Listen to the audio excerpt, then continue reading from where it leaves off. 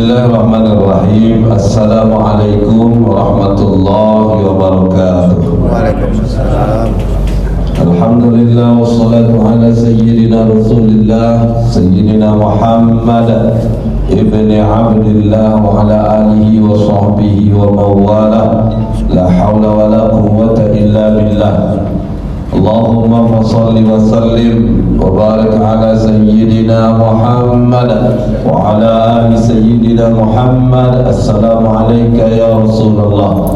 Subhanaka la ilma lana illa ma 'allamtana innaka antal alimul hakim. Allahumma faqihna fid din wa dhurriyyatana wa 'allimna at-ta'wil. Amin ya rabbal alamin. Amma ba'd. Bapak-bapak, ibu-ibu, saudara-saudaraku yang dimuliakan oleh Allah, jemaah salat fardu zuhur, jemaah Masjid Al-Hikmah yang dimuliakan oleh Allah Subhanahu wa taala. Bersyukur kehadirat Allah dan lafaz alhamdulillahirabbil alamin.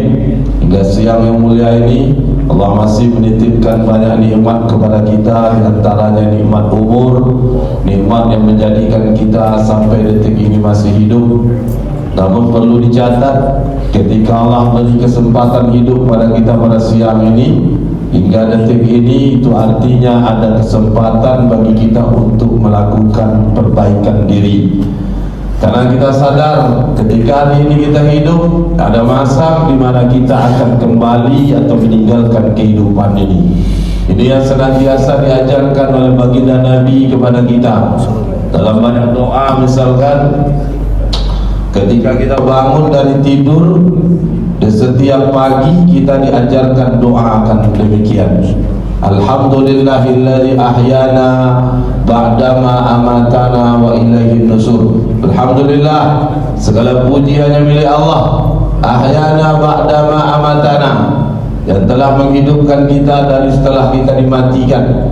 Wa ilaihin nusur, kepada Allah kita kembali. Artinya kepada Allah kita akan mempertanggungjawabkan apapun setiap yang kita lakukan saat ini di masa di dunia. Bapak Ibu yang dimuliakan oleh Allah Subhanahu wa taala, lebih kurang 10 hingga 15 menit ke depan izinkan Al-Fakir menyampaikan sebuah makalah atau perkataan dari seorang ulama bernama Abu Lais As-Samarqandi. Makalah ini dikutip dalam sebuah kitab namanya Kitab Mishkatul Anwar. Abu Lais As-Samarqandi ini seorang ulama berasal dari Samarkand, Iskandariyah. Beliau menulis ada kitab namanya Mishkatul Anwar. Nah, Abu Lais As-Samarqandi dalam kitab tersebut mengatakan, apa kata beliau? La yahillu lirrajul, tidak halal bagi seseorang ayastaghilla bil bai' wasyira', melakukan transaksi jual dan beli, malam yahfaz kitab al-buyu', selama yang berjual beli itu tidak memahami kitab tentang bab terkait dengan jual beli. Bapak Ibu yang berbahagia, apa yang diungkapkan oleh Abu Lais As-Samarqandi ini ungkapan yang sangat tegas. Diawali la yahillu lirrajul, tidak halal bagi seseorang. Kalau tidak halal itu artinya haram. Mafhum atau maknanya adalah haram bagi seseorang. Kenapa haram? Apa yang diharamkan? Melakukan transaksi jual dan beli. Apa terbatas pada jual beli saja? Tidak.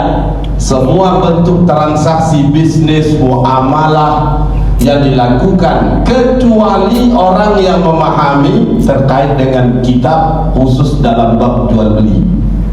Apa sebab?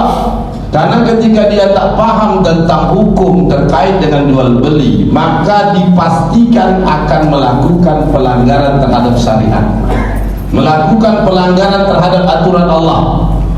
Karena kita tahu Bapak Ibu, aturan Allah itu tak hanya sebatas ibadah ritual, tidak hanya sebatas salat, zakat, puasa, haji dan umrah, infak, sedekah, zikir, ya, tapi ibadah dalam makna secara umum. Semua aktivitas kita di dunia ini semestinya dalam rangka bernilai ibadah. Itulah Allah katakan dalam surah ke-51 Ad-Dariyat ayat ke-56. Apa kata Allah? Wa ma khalaqtul jinna wal insa illa liya'budun. tidaklah kuciptakan jin dan manusia. Allah menafikan menciptakan jin dan manusia, illa liya'budun, kecuali untuk beribadah. Artinya apa? Kalau bukan dalam rangka beribadah, maka Allah tak ciptakan kita. Kalau bukan dalam rangka beribadah, Allah tak ciptakan jin dan manusia. Ibadah tentu tidak sekadar ibadah mahdoh. Salat contohnya paling lama 10 menit, paling lama 20 menit, anggaplah setengah jam sekali salat. Tambah kita dengan tausiah segala macamnya, zikirnya, itu setengah jam kali 5, 1 jam setengah sehari. Lantas setelah itu apa yang kita lakukan? Padahal Allah katakan semua lingkup aktivitas kita ibadah. Nah, di antara ibadah yang kita lakukan adalah melakukan aktivitas bermuamalah, melakukan aktivitas transaksi, jual beli, bisnis, perdagangan, dan lain sebagainya.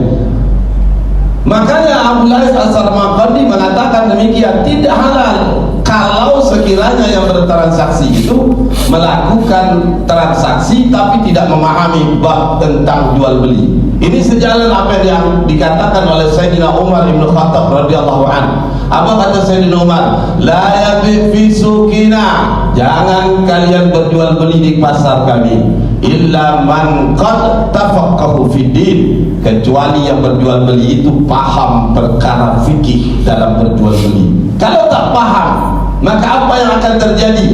Sayyidina Ali bin Abi Thalib pernah mengatakan, la yattajir, ya, jangan berdagang, ya, man tafaqqaha, ketika yang berdagang itu yang tidak paham terkait dengan urusan perdagangan dalam Islam, maka apa yang terjadi? Irtatoma ar-riba summa tatoma, maka yang berdagang itu akan melakukan dan terjerumus kepada transaksi riba. Kalau dia sudah terjerumus sekali dan akan terus terjerumus. Hari ini kita bisa lihat, Bapak Ibu saudaraku yang berbahagia, banyak transaksi perdagangan kalau kita tak paham perkara muamalah, konsep fikih berjual beli, konsep transaksi di dalam Islam, maka kita akan terjerumus kepada hal yang dimurkakan oleh Allah. Satu contoh misalkan, transaksi sekarang sudah berubah dari transaksi langsung menjadi digital marketing, transaksi lewat online. Misalkan kalau kita belanja online yang kita belanja apa? Misalkan kurma, tentu transaksi online lebih murah daripada transaksi offline langsung. Tidak sedikit orang tergiur belanja online. Boleh tak? Boleh aja selama tak melanggar syariat. Kalau sempat yang ditransaksikan online itu berupa objeknya berupa kurma, ya, maka ini ada aturan tersendiri dalam syariat. Kalau tetap dilakukan, tidak diindahkan aturan syariat itu tanpa disadari, belanja kurma secara online itu mengantarkan pada transaksi yang Allah murkai. Apa dasarnya? Hadis panjang yang diriwayatkan oleh Imam Bukhari dan Muslim. Apa kata Nabi? Adzahabu bil zahab, emas dengan emas, wal fiddah bil fiddah, perak sama perak, wasa'ir bis sa'ir, gandum dengan gandum, wat tamru bil tamri, kurma dengan kurma, wal milhu bil milhi, garam sama garam, wal bur bil burri, jawawut sama jawawut, masalah bimislin. Kalau ditransaksikan sejenis, emas sama emas, perak sama perak, kurma sama kurma, waznan bi waznin, maka timbangan harus sama. Yang kedua apa syaratnya? Untuk 6 jenis tadi, emas, perak, gandum, kurma, garam, jawawut, syarat yang berikutnya ya dan biyadin, transaksinya harus cash and carry, langsung. Kalau kita beli kurma online memungkinkan transaksi tidak langsung, meski Bapak Ibu transfer uangnya, kurmanya pasti tidak diterima langsung, butuh hari 2, 3, 4, 5 hari baru kurma kita terima, walaupun kita sudah transfer uangnya.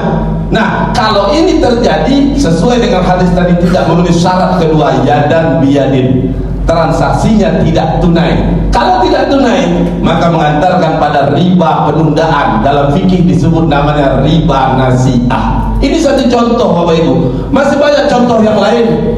Apa contohnya? Pas mau lebaran, orang menganggap biasa saja tukar uang 100 dengan 5.000. Kalau balance 105.000 20 lembar ya tidak ada masalah, tidak melanggar syariat. Kalau sempat 100 tukar 5.000, harusnya 20 lembar 5.000, yang diterima cuma 18 lembar, berarti terjadi pengurangan. Kalau uangnya sejenis rupiah sama rupiah, terjadi pengurangan 18 lembar, berarti nilainya tidak 100.000 tapi nilainya 90.000. Kalau 90.000 padahal sama-sama rupiah, maka ini mengantarkan pada riba kelebihan. Di fikih disebut namanya riba fadl. Berbeda kalau tidak sejenis. Contoh seperti beberapa pekan yang lewat, kurs dolar sama rupiah, 1 dolar 18.000 sekian rupiah. Nah, kok bisa seperti itu? Memang begitu kekuatan uang terhadap barang. Dalam dunia ekonomi namanya kurs. Ya, selisih seperti ini boleh karena mata uangnya berbeda. Tapi kalau sejenis rupiah sama rupiah, dolar sama dolar, yang ukuran sejenis, ada kelebihan atau pengurangan, maka kelebihan pengurangan itu mengantarkan pada riba fadl. Begitu juga Bapak Ibu, ada momen tertentu, misalkan anak wisuda, keponakan wisuda, atau sedang mengantar antaran lah, melamar. Kadang kan ada bawa buket kan. Buket itu tidak hanya bunga, tidak hanya dalam bentuk barang, tapi kadang-kadang buket dibentuk dari asal bahannya uang. Buat gambar burung merah, buat gambar bunga dan seterusnya. Nah, buket berapa nilainya? 1 juta duitnya. Dibeli berapa? 1.200.000. Ada kelebihan. Dalam fakta di fikih seperti ini jadi riba fadl. Kita menganggap biasa aja.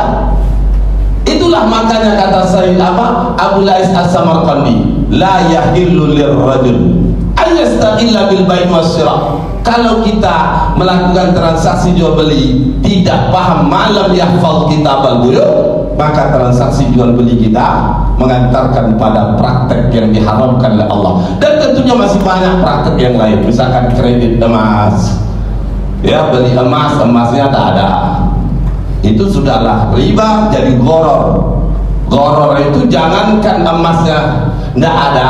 Kata Imam Malik rahimahullah ta'ala sebagai penutup dalam kitab Al-Muwatta Imam Malik, beliau mengutip sebuah hadis, la tastarus sama', jangan kau jual ikan di dalam air, fil ma' fa innahu gharar.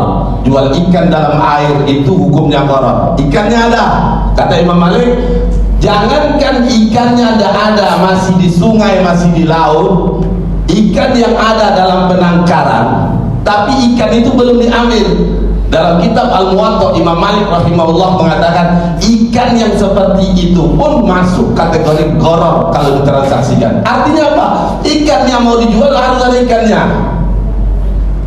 Hari ini coba transaksi emas, beli emas 1 gram, berapa 1 gram? 2 juta sekian. Saya beli 1 gram. Nah, uangnya Bapak Ibu udah terima emas, yaitu Bapak terima bukti kepemilikan emas. Emas tak diserahkan. Sudahlah emas tak diserahkan, itu mengantarkan pada riba nasi'ah, tambah lagi goror. Karena Nabi begitu, la tabi malesa indak, jangan kau jual barang tak ada di sisimu. Jual emas, barang mesti ada barangnya. Jual ikan mesti ada ikannya.